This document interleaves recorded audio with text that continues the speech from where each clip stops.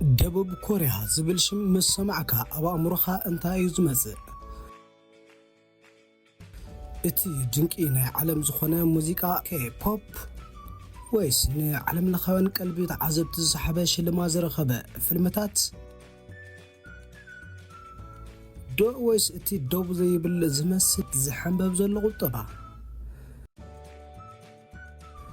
بزعبا دبوب كوريا كزارب زدفروغن انتولو اب تحت اتي غلامن دولو حدا حبو كونت كزارب اللو كابت زبرقرق معباله وصاي دخنات انتا هاجر يهاسا كم زلو كندينا انا نفلد مبزحتو غزي دما ارغاوان بمخنا سرح سنت صور نايت هاجر كوينوم انتركبو قال ارغاوان دقان سو خيترفه ان خنبرا طرايلن نابا منزرنا عالم كاتوا كم زغددا تفلطلو بتوساخي زمناو ترئيس ختما سيول نتن بمراخبي بزوحان عشش زتبهلا تراجيدي زانتات زلون دخاتات زتحابو لا مخانخه كندينا انا نفلد بطعم زسنبدن نبوزحات زغرمن مسترات اذا هاجر انتايوم سلام فتوات هاتلتي اغراموت بلاس ابز چانل اب عالم زي تسمعون زي ترايون ازيم اغرمتن ارنا زعباتات كقربو يوم ስለዚህ ድማ ኣብዚ ቻናል ዘዘርግሑ ኣደነቕቲ ነገራት መታን ኣብ ሰዓት ክበፅሓኩም ሳብስክራይብ በመግባርን ናብ ካልኦት መታን ክበፅሕ ድማ ሼር በመግባርን ንኹሉ ግዜ ክትከታተሉና ንዕድም ሓድሽቲ ቪድዮታት ኣብ ሰዓቱ መታን ክበፅሓኩም ድማ ናይ ኖቲፊኬሽን ደወል ብምስቃጥን ላይክ ብምህራምን ክትከታተሉና ደግምና ንዕድም بزعبا دبوب كوريا وحدات زفلطو زتحابه مغرجا مستر زهاجر فصمت تمثل قندما كنوت زداغو حزلو تكنولوجي زركب زيتفلط مستر حاتات كنرينا سنصان حيت دبوب كوريا بباهلي بوبون معبالي تكنولوجي طراي زيكونس باستراتيجيكاوي اقمامطا زدنق ملك امدرن تفلط هاجريا بز حزبا نشتكو انت خونه ابي اسيا لعل صلوا كاب زلوم حسبات حديو أب مونغو مريت إيشان جابان كم ددل كوينا أتركب دبوب كوريا أب دبواو جاف حوش دسيت كوف زبالة انتخون بحاد وغن بعنفت مرغ أدما مس بحري تداو هاجريا اتملك أمدري فولي نتصر زلو كوينو أب وشتا زمناو سماي تكس نصاتات زيوت مستر زلوم تنتهين بيت مقدساتن زحاجتها 700 نايت جزات زشفن باخراناتن وقبات كما جنبحن كونو نابنات نختما سول انت نوسد ባህልን حدش مزن بفصم سنيت تسمع ميام زنبرلا رسكتما سول ገጸ በረከታ ኣብ ገምገም ሩባሃን ንዘመናት ጽንሕ መቅደሳትን ኣብ ጎን መጻእው ዕደጋታት ብኹርዓት ደው ኢሎም ነብሶ ከፍ ጎደናታት ድማ ዛንታታት ጽንዓትን ዕቤትን ዘቃልሑ እዮም ደሴት ደጁን ገነት ናይ ተፈጥሮን حدا كابتي أزيو مسات هابت دوب كوريا دسيت دجو إذا دسيت أب حمبرتا بنوتو فساتا غومراز تفترة أمبا حالا زلوا كوينا حلم زمسل جما جنب بحري حبرا بقراوتن أمباتاتن بلافاز تفترو بعتاتن دمعلوا دجو ندك عدن بصحتن عالم لخوي حاسيت زلوا معقوبة مخانا زجرم أيكونن روباتات دوب كوريا ون ندمكتن عبيتن أتهاجر عبي ترى زبركتو انتخونو روباتات هانن ناكدوغن هيوت حرشان قطام على دوب كوريا كوينوم ابا صديا عمبواتات جري ابا كرمت دما ببرر شفنه جافات نتملك امدر يقيرو ازي كمزيلون كلو نتي اتي كاب روباتات تشاينا بزمص دخعي بزتفتر فولي بيچا حبرو زفلط بيچا بحد دما كم قند مسمر نغدن تاريخاو بتان وقعاتن كون دما اغلغليو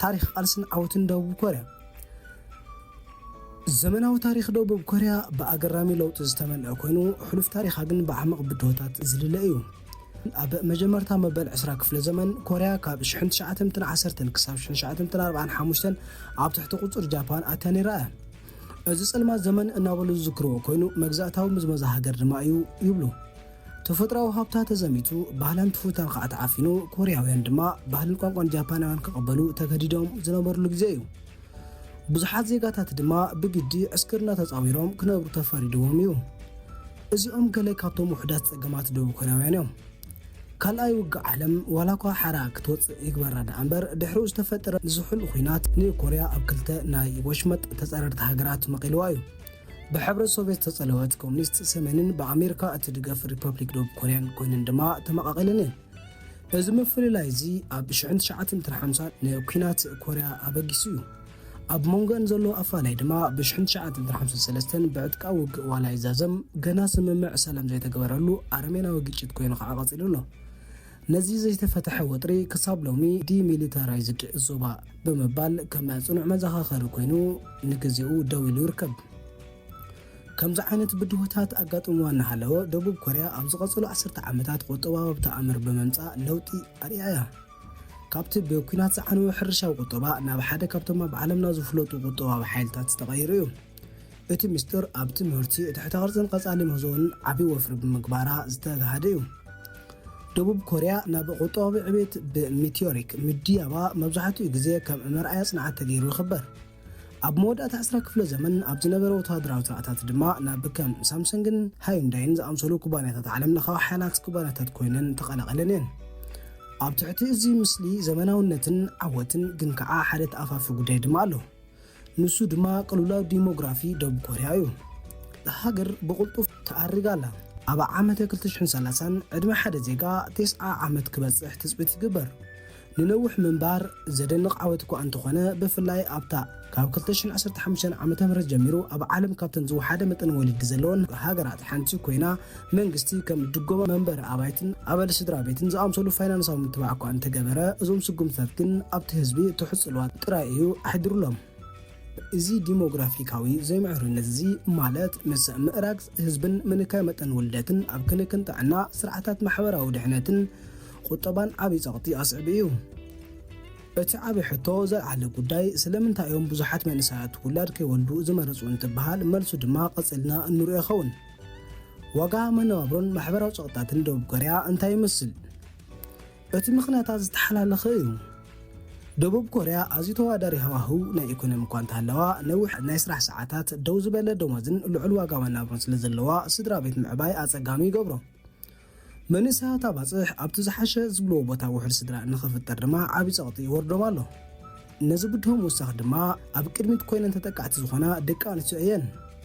በዚ ድማ ዓብዪ ፈተናታት ክበፅሐን ተገዲደን እየን።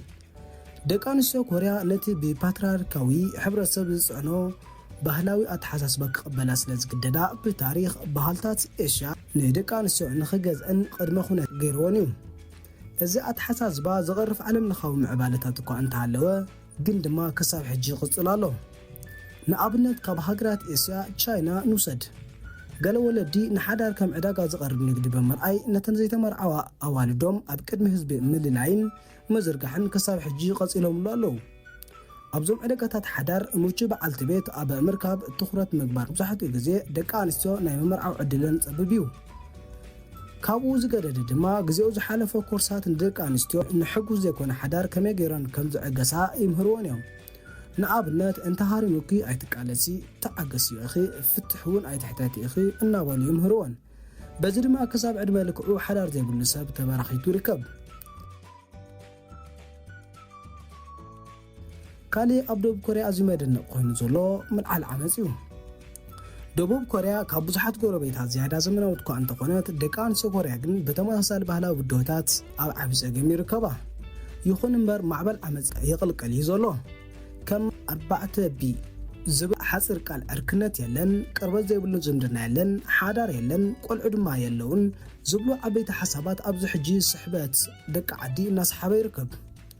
እዚ ንዕባይ ዝኸይድ ዘሎ ምንቅስቓስ ብስጭት ብዙሓት ደቂ ኣንስትዮ ኮርያ ዘንጸባርቕ ኮይኑ ደቂ ተባዕትዮ ኮርያ ኣብ ድራማታት ቲቪ ከም ኣፍቀርትን ለውሃት መሲሎም ክሰኣሉ እኳ እንተኸኣሉ እቲ ክውነት ግን ዝተፈለየ ዛንታ እዩ። መጽናዕታት ከም ዘመልክትዎ 65% ደቂ ኣንስትዮ ደቡብ ኮርያ ክምርዓዋ ወይ ከዓ ክወልዳ ከም ዘይደልያ ዘቤታዊ ዓመፅ፣ ትፅቢታት ፓትርያርክን ጸቕጢ ሕብረተሰብን ከም ቀንዲ ምኽንያታት ምዃኖም ድማ እየን ዝግለጽ። እዚ ኣብ ባህላዊ ምትእስሳር ዘይምግዳስ ኣብ ሕብረተሰብ ደቡብ ኮርያ ዝዝርጋሕ ማቺዝሞ ዓብይዎ ይርከብ። ኣብ ሓደ ዘሕፍር መደረ ሓደ ፖለቲከኛ ደቂ ኣንስትዮ ኣብ ነብሰ ቅትለት ደቂ ተባዕትዮ ተሳቲፈን ምዃንን ካብ ደቂ ተባዕትዮ ስራሕ ሰሪቐን ተስፋ ሓዳር ከም ዘበላሸወንን ወቂሱ እዩ። ከምዚኦም ዝኣምሰሉ መግለጽታት ድማ ንስርዓታዊ ጽልኢ ዘደልድል ደቂ ኣንስትዮ ዘጋጠመን ኮይኑ ዓብዪ ዕንቅፋታት ዘጉልህ ድማ እዩ። ካሊእ ኣብ ደቡብ ኮርያ ኣግራሞት ዝፈጥረና ጉዳይ ድኽነት እዩ። ዲሞግራፊካዊ ብድሆታት እኹል ከም ዘይኮነ እንዕዘቦ ድማ ደቡብ ኮርያ ካልእ ሕቡእ ቅልውላው ኣጋጢሞም ህላው እዩ። ንሱ ድማ ድኽነት። ኣብ ማዕቀን ሰብኣዊ ልምዓት ሕቡራት ሃገራት መበል 23 እንኳ እንተሃለዋ ካብ ከም በዓል ኢጣልያ ፈረንሳይን ስፔንን ዝኣምሰላ ሃገራት ቀዲማ 16 ሚእታዊ ደቡብ ኮርያ ግን ኣብ ድኽነት ከም ዝነብሩ እዩ ዝዝረብ። እዚ ሕቡእ ክቡርነት ኣብ ህቡባት ፊልምታትን ድራማታትን ደቡብ ኮርያ ይንጸባረቕ እዩ። ከም ፓራሳይትን ስኩዊድ ጌምን ዝኣምሰሉ ስራሓት ድማ ነታ ሃገር ዝኸፋፍል ማሕበራዊ በደላት ብንጹር ኣርዮም እዮም። ኣብ ፓራሳይት ብባንጅሃ ዝፍለጡ ዝረኣዩ ፍርቂ ትሕቲ መሬት ዝኾኑ ገዛውቲ ምናባዊ መዋቕር ኣይኮኑን እዮም። ኣብ ወሰን ሕብረተሰብ ምንባር ንዝፍጠር ተርክውነት ዝውክሉ ዳኣ እምበር እዞም ቦታታት እዚኣቶም ንናይ ብዙሓት ህላወ ዝውክሉ ኮይኖም ንካልኦት ድማ ኣብ መንጎ ሃብታማት ኤሊት ደቡብ ኮርያን ኣብ ቃልሲ ዝርከቡ ዝበዝሑ ዘለዎ ፍጹም ክፍተት ዘዘኻኽሩ እዮም። እታ ሃገር ብቴክኖሎጂን ባህላዊ ሰደድን ትፍለጥ እኳ እንተኾነት ብሚልዮናት ዝቑፀሩ ሰባት ግን ኣንጻር ድኽነትን ስርዓታዊ በደልን ድምፂ ኣልቦ ኩናት ይገብሩ እዮም ዘለዉ። ኣብ ደቡብ ኮርያ ብባንጅሃ ዝፍለጡ ፍርቂ ትሕቲ መሬት ዝኾኑ ገዛውቲ ኣብታ ምስ ኣዝዩ ክቡር ዕዳጋ ንብረት ትቃለጥ ዘላ ሃገር ካብቶም ውሕዳት ብተመጣጣኒ ዋጋ ዝሸጡ ኣማራፅታት እዮም። እዞም መብዛሕትኡ ግዜ ብመንእሰያትን ትሑት እቶት ዘለዎም ስድራቤታት ዝነብሩለን ኣባይቲ ካብ ሰብዓታት ዝጅመር ታሪክ ኣለዎም። ፈለማ ኣብ እዋን ምስ ሰሜን ኮርያ ዝተልዓለ ወጥሪ ኣብ ዝነበረሉ እዋን ካብ መዕቆቢ ደብዳብ ኣየር ዝተሃንፁ ኮይኖም እዞም ቦታታት ኣብ እዋን ቁልጡፍ ከተማነት ናብ ከተማነት ከባቢ ሰውል ንዝመፅእ ዋሕዚ ስደተኛታት ብምትንጋድ ድማ ዳግማይ ዕላማ ተገይሮም እዮም። እንተኾነ ግን ኣብ ባንጅሃ ምንባር ብዙሕ ጽቡቕ ኣይኮነን እዩ። እዞም ገዛውቲ ጉቡእ ንፋስ ዘይኣትዎም ብፀገም ምፍሳስ ማይ ዝሰቐዩ ማይ ንኸፈስስ ዝቃልዑን መብዛሕትኡ ግዜ መፋረይ ባልዕን ባክተርያን ኮይኖም እዮም። እቲ ዝገደደ ድማ ኣብ ህፁፅ እዋን ውስን ምህደን መንገዲ ስለ ዝህቡ ነበርቲ ብፍላይ ተቐላዕቲ ንክኾኑ ተገይሩ እዩ። እዚ ፀገማት ዝንሃለወ ኣብ ሰውል ዝውስኽ ዘሎ ዋጋ ንብረት ነዞም ፍርቂ ዝኾኑ ኣባይቲ ንብዙሕ እንኮ ተግባራዊ ዝኾነ ኣማራፂ ኣባይቲ ገይርዎም እዩ።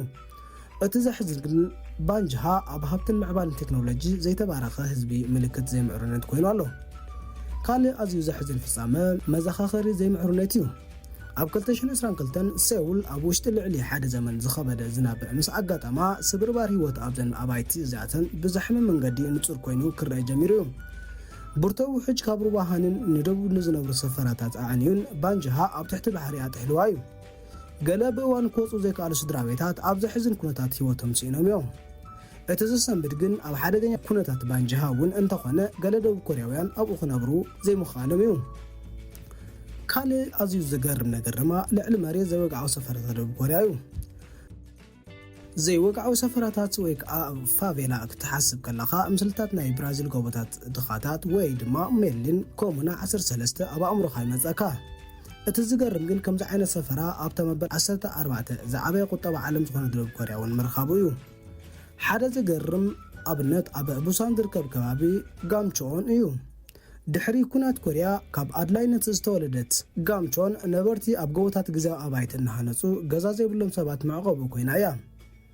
ምስ ግዜ ድማ እቲ ከባቢ ዝቐየረ ኮይኑ ስነ ጥበባውያን ነቲ ከባቢ ብድሙቕ ኣባይቲ ብምቕባእን ስነ ጥበብ ጎደና ብምትካልን ዳግማይ ህይወት ብምሃብን ጋምቾን መስሕብ በጻሕቲ ገይርዋ እዩ። ሎሚ በጻሕቲ ናብቲ ናይ ጋምቾን ጸበብቲ ጎደናታት ንምድህሳስ ሕብራዊ ስነ ህንፃ ንምድናቕን ምስ ከም ንእሽቶ ልዑልን ሓርገፅን ዝኣምሰሉ ምልክታት ቅርጻ ስእልታት ንምውሳድን ይውሕዙ። ኩሎም እቶም ዝተገለሉ ማሕበረሰባት ደቡብ ኮርያ ግን ክንዲ ዝዕድለኛታት ኣይነበሩን እዮም። ካልእ ኣግራሞት ዝፈጠረልና ነገር ጽንኩር ንጽጽር ሕቡእ ገጽ ጋንግናም እዩ። ጋንግናም ብናይ 2012 ኣህግራዊ ደርፊ ጋንግናም ስታይል ሳይ ዘይትመውት ሰሚዕኹም ትኾኑ ኢኹም። እታ ኣውራጃ ምስ ቅንጦት ብልጽግናን ተማሳሊ ትርጉም ዘለዎ ኮይኑ ዕምቆ ዘለዎም ሰማይ ጠቀስ ህንፃታት ላዕለዎት ትካላትን ምልክታትን ፍሉያት ክለባትን ዝሓዘ እዩ። ይኹን እምበር ካብቲ ብልጭ ዝብል ህንፃታት ጋንግናም 1 ኪሎ ሜትራት ጥራይ ርሒቑ ዝርከብ ፍጹም ንጽጽር ኣሎ። እቲ 58 ሜታዊ ትርኢት ሜትሮ ዝስፍሓቱ ቦታ ኣስታት 2000 ሰባት ኣብ ብሓፂን ዕንጨይትን እምንን ኣብ ዝተሰርሑ ግዜያዊ ጎጆታት ዝነብሩሉ እዩ። እዞም ዕቁብታት እዚኣቶም ግቡእ መሕፀቢ ሰውነትን መውዓይ ማይን መሰረታዊ ነገራትን ዘይብሎም እዮም። እዚ ከዓ ኣብቲ ይቕረ ዘይብል ክረምቲ ሲኦል እውን ዝሓሸ እዩ ዝገብሮ። ካልእ ኣዝዩ ዘገርም ነገር ኦሎምፒክን ኣገዳድመ ምዝባልን እዩ።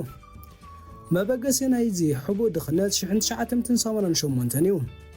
ደቡብ ኮርያ ንሓጋይ ኦሎምፒክ እንግድ ኣብ እትዳለወሉ ዝነበረት እዋን መንግስቲ ዘመናውነት ምዕባልን ምስሊ ንምቕራብ ብኣሽሓ ዝቁፀሩ ስድራ ቤታት ካብ ማእከላይ ሰውል ብሓይሊ ኣባሪሩ እዩ። ብዙሓት ካብዞም ተመዛመልቲ ውልቀ ሰባት ኣብቲ ከባቢ ስለ ዝነብሩ ኣብዚ እዋን እዚ ኣብታ ከተማ ካብ ዘይረኣዩ ብዙሕ ገይሮም እዮም። እዚ ድማ ሓደ ኣብ መንጎ ነበርቲ ዘይመዓርነታዊ ክስተት ዝፈጠረ ክስተት ኮይኑ ተሪፉ እዩ። ደቡብ ኮርያ ብኩሉ ነገራ መዋደርታ ሃገር ምዃና እኳ ዘይከሓድ እንተኾነ እቲ ሓቂ ግን እታ ሃገር ካብ ዓለም ለኻዊ ደረጃ ቴክኖሎጂያዊ ምዕባለኣ ክሳብ ዓሚቕ ማሕበራዊ ቃልሲ ዝተሓላለኸ ክውነት እያ ተቕርብ። ኣብዞም ሕቡእ ዛንታታት ነቶም ክሳብ ሕጂ ዝረኣናዮም ዘለኩም ሓሳብ እንታይ ይመስል? ኣብ ኮሜንት ሼር ብምግባርን ኣብ ዓለምና ካብ ዘለዉ ኣገረምቲ ቦታታት ዘይተነገረ ዛንታታት ንምፍላጥ ድማ ሳብስክራይብ ምግባርን ኣይትረስዑ ኢኹም። ደቡብ ኮርያ ንኦሎምፒክ 1988 ዓመተ ምህረት ንምድላው ዘመናዊት መሲላ ኣብ ዝኸደትሉ እዋን ኣማእ ስድራ ቤታት ግን ተመዛቢሎም እዮም። እዞም ስድራ ቤታት ኣብ ጥቓ ስታድየማትን ወሰንቲ ናይ ከተማ ዞባታትን ካብ ዝነብሩሉ ከባቢ ተመዛቢሎም ኣብ ዝተነጸለ ከባብታት ካብ ምቕማጥ ናይ ብሕቲ መሬት ብምሓዝን ግዝያዊ ማሕበረሰባት ካብ ምህናፅን ሓሊፎም ካልእ ኣማራፂ ኣይነበሮምን። በዚ ፍጻመ እዚ ዝተረስዑ ዓድታትን ምስቲ ሕጂ ዘሎ ንጹህን ላዕለዋይን ቴክኖሎጂ ዘለዎ ምስሊ ደቡብ ኮርያ ኣዝዩ ስለ ዝጻረር ኣብ ዜጋታት ሰሕቡ ተቃውሞን ቃልስን ፈጢሩ እዩ። ሰማይ ጋንግናም ዓመት መፀ ብሚልዮናት ዝቑፀር ምዕባለታትን ዓበየ ኣብ ዝኸደሉ ዘሎ እዋን እዞም ዝተገለሉ ማሕበረሰባት ብሃምትን ቅንጦትን ሰባት ይጽለሉ እዮም ዘለዉ። እዚ ኣብ መንጎ ድኽነትን ዕብየትን ዘሎ ርኡይ ዘይምስምዕማዕ ካብ ቁጠባዊ ጉዳይ ንላዕሊ እዩ። ደቡብ ኮርያ ከም ዓለም ለኻዊት ሓያል ሃገር ዘለዋ ዝና ክትዕቀብ እንተኾይና ክትገጥሞ ዘለዋ ጉዳይ ማሕበራዊ ውድሆ እዚ እዩ ይብሉ ነዚ ዝተዓዘቡ በጻሕቲ። ካሊእ ኣዝዩ ዘደንጹ ኣግራሞት ዝፈጥርን ሕቡእ ቅልውላው ጥዕና ኣእምሮ እዩ። ሕጂ እውን እቲ ኩነታት ገድድ ኣይክእልን እዩ ኢልካ እንተሓሲብካ ደጋግምካ ክትሓስብ ዘገድድ እዩ። ቃልሲ ደቡብ ኮርያ ኪኖንዋታዊ ድኽነት ዝኸይድ እዩ። ደድሕሪ እቲ ዘመናውነት ኣብ ምዕቡል ዓለም ካብ ዘለዉ ኣዝዮም ከበድቲ ቅልውላዋት ሓደ ጥዕና ናይ ኣእምሮ እዩ። ኣብ ደቡብ ኮርያ ካብ 1,000 ነበርቲ ኣብ ዓመት 30 ሰባት ነብሶም የጥፉ እዮም። እዚ ድማ ካብ ጠቕላላ 50 ሚልዮን ህዝቢ ኣብ ዓመት ልዕሊ 14,000 ነብሰ ቅትለት ይፈጸም ማለት እዩ። እዚ ደቡብ ኮርያ ካብ ሃገራት OECD ዝለዓለ መጠን ነብሰ ቅትለት ዘለዋ ሃገር ሓንቲ ምዃና ድማ ዝሕዝን ስታቲክስ እዩ። እቲ ዝያዳ ዘሰክፍ ግን እዚ ቅልውላው ነቶም ብዙሓት ኣብ ከቢድ ድኽነት ዝነብሩ ኣረጋውያን ብዘይ መጠን ዝጸሉ ምዃኑ እዩ። ማሕበራዊ ድሕነት ደቡብ ኮርያ እኹል ኣይኮነን። መድሕን ሽቕለት ኣልቦነት እውን ውሱን እዩ። ጡረታ እውን እኹል ኣይኮነን እዩ። ተበጻሕነት ክንቅን ጥዕና ድማ ኣዝዩ ዘይምዕሩ እዩ። ዳርጋ ፍርቂ ካብ ኣረጋውያን ህዝቢ ክድግፎም ብዘይክእል ስርዓት ተደርብዮም ኣብ ኣሰካፊ ኩነታት ከም ዝነብሩ እዮም ዘንዘርዝሩ። እዚ ድማ ኣብ ትሕቲ መጋረጃ ዕብየት ዝተሓበአ ጸልማት ክስተት ደቡብ ኮርያ እዩ። ካሊእ ኣዝዩ ዘግረመና ድማ ተስፋ ዝቆረፃ ናይ ደቂ ኣንስትዮ ክውንነት እዩ። ኣብ መናፈሻታት ኣውራጃ ጆንግኖ ሴኡል ተስፋ ምቑራፅ ኣረጋውያን ደቂ ኣንስትዮ ዘሕዝን ስእሊ ኢኻ ትዕዘብ። ልዕሊ 400 ደቂ ኣንስትዮ ካብ 50 ክሳብ 70 ዓመት ዝዕድመአን ንኽነብራ ናብ ፆታዊ ኣገልግሎት ንክኸዳ ትዕዘብ ኢኻ። እዚ ካብተን መናእሰይ ደቂ ኣንስትዮ ብተወሳኺ ኣዝዩ ልቢ ዝሰብር ፍጻመ እዩ። ኣብዚ ድኾም ሰባት ዘጋጥሙ ዘሎ ነቲ ልዕሊ ዓቐን ተስፋ ምቑራፅ ምስክር ኮይኑ ካልእ ናይ ስራሕ ኣማራፅታት ምስኣና ድማ እየን ናብዚ ስራሕ እዚ ክኣትዋ ተገዲደን። እዚ ተስፋ ዘቑርፃ ካይዳ ናይ ምድሓን ስልቲ ከይተዓወተ እንድሕር ፈሺሉ ከዓ ነብሰ ቅትለት ንብዙሓት ሰባት ዘሕዝን ምርጫ እዩ ዝኸውን። ኣብ ኣዝዩ ተዋዳሪ ሕብረተሰብ ንኽዕወቱ ዝግበር ቀጻሊ ፀቕጢ ንኣረጋውያን ጥራይ ከይኾነስ መንእሳይ ትውልድታት እውን ኣብ ትሕቲ ፀቕጢ እዮም ዝንቀሳቐሱ ዘለዉ። ብድርብ ሓላፍነት ናይ ምእላይን ዕድመ ዝደፉ ወለድን ናይ ገዛ ርእሶም ፋይናንሳዊ ቃልስታት ምምሕዳርን ተሸኪሞም ኣብ ሓያል ቃልሲ እዮም ዝርከቡ። ካልእ ሓዊ ዘይምርዳእን ዝተሰበረ መብፃዕታትን ኣብታ ተነፅሎን ዘይተረጋገፀ መዓልታዊ ህይወትን ዝዓበላ ቁሸት ሴኡል እቲ ኩነታት እናገለደ እዩ ዝኸይድ ዘሎ። ከማዕናዊ ባሪዕ ከምኡውን ሕጋዊ ምሰሓብ ዋነት መሬትን ዝኣምሰሉ ትራጀዲታት ሰፊሕ ዘይርግፅነት ይፈጥሩ እዮም ዘለዉ። መንግስቲ ብዙሕ ግዜ መፍትሕታት እኳ እንተቕረበ ናህሪ ለውጢ ግን ደንጉ እዩ። እቲ ምዕባለ ድማ መብዛሕትኡ ግዜ ካብ ባዶ ቃላት ዝዘለለ ምንም ዘቕየር እዩ ዝመስል። ኣብ መወዳእታ ንሪኦ ድማ ቁጠባዊ ተኣምር እዩ። ደቡብ ኮርያ ዘለዋ መስተንግር ምዕባለታት ቴክኖሎጂ ባህላዊ ሰደድን ካልእ ጸልማት ገጽ ድማ ኣለዋ። ንሱ ድማ ድኽነት፣ ዕድመ ምድፋእ፣ በዚ ህዝቢ እናሰፍሐ ዝኸይድ ዘሎ ዘይመዓርነትን እዮም። ኣብ መንጎ ብልጭ ዝብል ሰማይ ጠቀስ ህንፃታት ዝቃለሱ ማሕበረሰባትን ዘሎ ፍጹም ንፅፅር ብዓወታት ምዕባለ እቲ ሞገስ ሃገር ክሳብ ክንደይ ዝተሓላለኸት ምዃና ካብ ኣህግራዊ ኣቓልቦ ዝተሓበአ ብድሆታት ከም ዘለዋ ነዚ ይመስል። ፍትዋ ተኸታተልቲ ኣግራሞት ፕላስ ብዛዕባ እቲ ካልእ ወገን ደቡብ ኮርያ ዝያዳ ዘግረመኩም እንታይ ኣሎ? ሓሳብኩም ኣብ ታሕቲ ኣብ ኮሜንት ኣካፈሉና። ከምኡውን ነቶም ብዙሕ ዘይፍለጡ ዛንታታት ዓለምና መድህሳስ ትፈትው እንተኾንኩም ሳብስክራይብ ምግባርን ናይ ኖቲፊኬሽን ደወል ምጽቃጥን ኣይትረስዑ። ክሳብ መወዳእታ ምሳና ስለ ዝጸናሕኩም ብልቢ እናመስገና ኣብ ዝቕፅል ሃሳስ ምስጢር ነዘፅብቕትን ዝሓለኸትን ዓለም የራኸበና። ክሳብ ሽዑ ግን ኣብ ዘለኹሞ ሰሰናዩ ንዓኹም።